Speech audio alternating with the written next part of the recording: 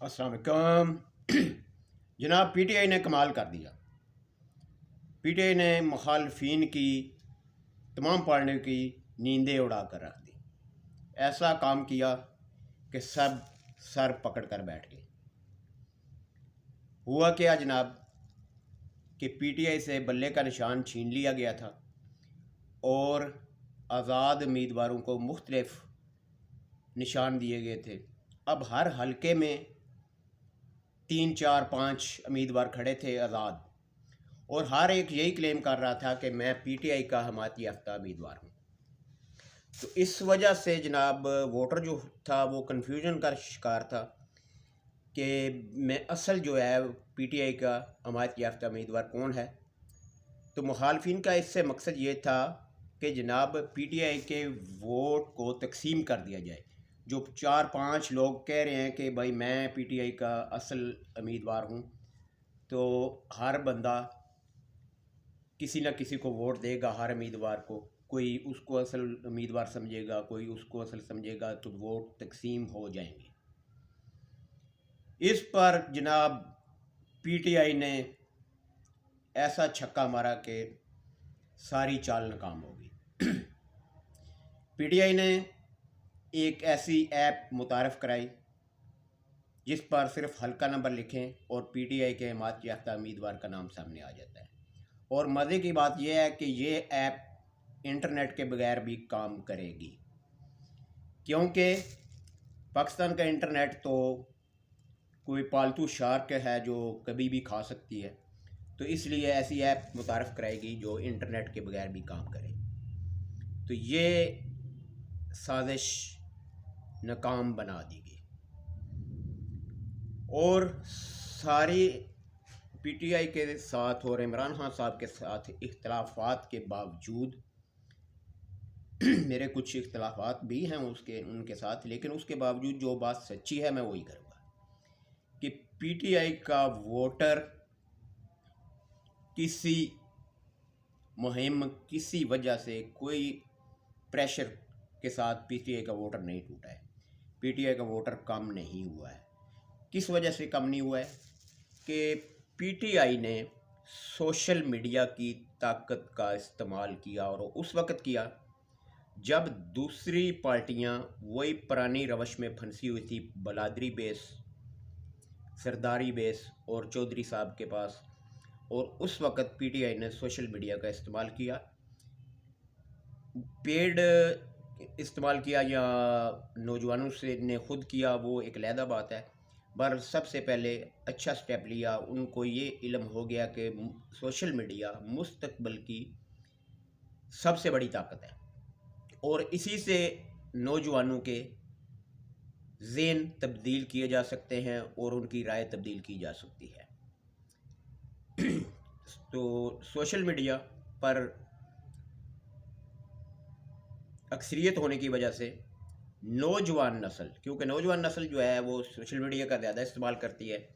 जो बाकी पार्टियों के वर्कर हैं, वो पुराने दौर के वर्कर हैं, वो सोशल मीडिया का इस्तेमाल उसमें कम ही लोग जानते हैं। पीटीआई की निस्बत परसेंटेज बहुत कम है। तो पीटीआई की सोशल मीडिया नेटवर्क सबसे बड़ा नेटवर्क है और पीटीआई ने इस पर बहुत दुरुस्त इस्तेमाल किया और बर वक्त फ़ैसला लिया। जिस तरह फॉर एग्ज़ाम्पल नोकिया बहुत ज़बरदस्त कंपनी थी मोबाइल की, और जब तक टच मोबाइल नहीं आया तो नोकिया का ही राज था मार्केट में।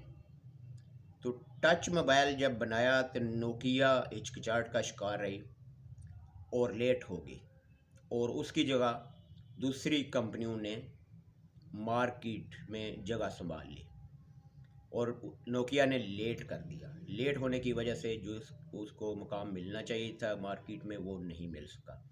इसी तरह दूसरी पार्टियां सोशल मीडिया का इस्तेमाल करने में बहुत देर की और पीटीआई ने ये मैदान संभाल लिया। अब दूसरी पार्टियों की इसमें जगह बहुत कम है। अब आज़ाद उम्मीदवार जो भी हैं वो तो हर वोटर को पता चल जाएगा कि पीटीआई का असल हमायत याफ्ता उम्मीदवार कौन है। اور پی ٹی آئی کا ووٹ بینک بھی کافی زیادہ ہے، یہ ماننا پڑے گا۔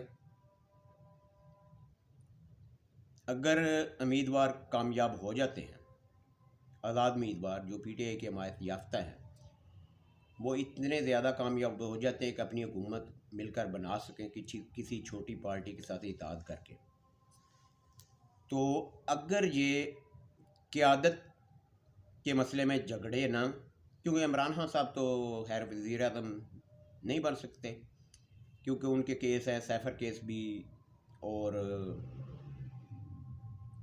9 مئی والا کیس، یہ بڑے لمبے چوڑے کیس ہیں۔ تو ان کی جگہ پر اگر پارٹی قیادت ایک بندے پر متفق ہو جاتی ہے اور آزاد امیدوار بھی اتنے زیادہ ہوتے ہیں کہ اپنی حکومت بنا سکیں، تو پھر مخالفین کے لیے بہت مشکل ہو جائے گی۔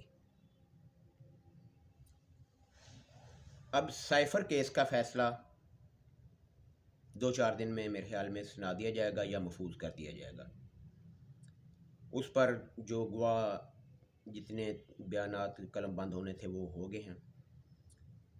پی ٹی آئی کی یہ سارے مثبت پوائنٹ تھے، اور کچھ منفی پوائنٹ جو عمران خان صاحب کے، سب سے بڑا جناب کہ انہوں نے تمام اختیارات اپنے دور اقتدار میں اپنے پاس رکھے، اور اپنا جانشین یا اپنا سیکنڈ ان کمان کسی کو بننے نہیں دیا، کہ پارٹی کی تمام قیادت اور تمام ووٹر اگر عمران خان صاحب نہ ہوں تو کسی ایک شخصیت پر متفق ہو جائیں۔ اس چیز کے حوالے سے انہوں نے غلط کام کیا۔ اب ایک بندہ جو بھی ان میں ہوگا، یا سینئر ہوگا جونیئر ہوگا، وہ متفق مشکل ہے ہو سکے، اس بات پر مسئلہ بن سکتا ہے۔ باقی جو صورتحال ہے الیکشن کے حوالے سے، یہ بہت ایک پل پل بدلتی ہوئی صورتحال ہے۔ ہر گھنٹے کے بعد جس طرح سٹاک مارکیٹ کبھی اپ کبھی ڈاؤن ہوتی ہے، اسی طرح الیکشن کی صورتحال بھی بدلتی ہے۔ ہر گھنٹے کے بعد نئی خبریں ہیں، ہر 2 گھنٹے کے بعد نئی خبریں ہیں۔ پتہ نہیں الیکشن ہونے بھی ہیں، نہیں ہونے ہیں، اگر ہونے ہیں تو کیسے ہونے ہیں، کیا حالات ہوں گا، یہ صرف تجزیہ نگار تجزیہ کر سکتے ہیں، لیکن فائنل اور حتمی بات کسی کو بھی معلوم نہیں ہے، کیونکہ صورتحال پل پل بدل رہی ہے، اور پی ٹی آئی کافی سازشوں کو ناکام بنا چکی ہے۔ آگے دیکھیں کیا ہوتا ہے۔ اللہ حافظ۔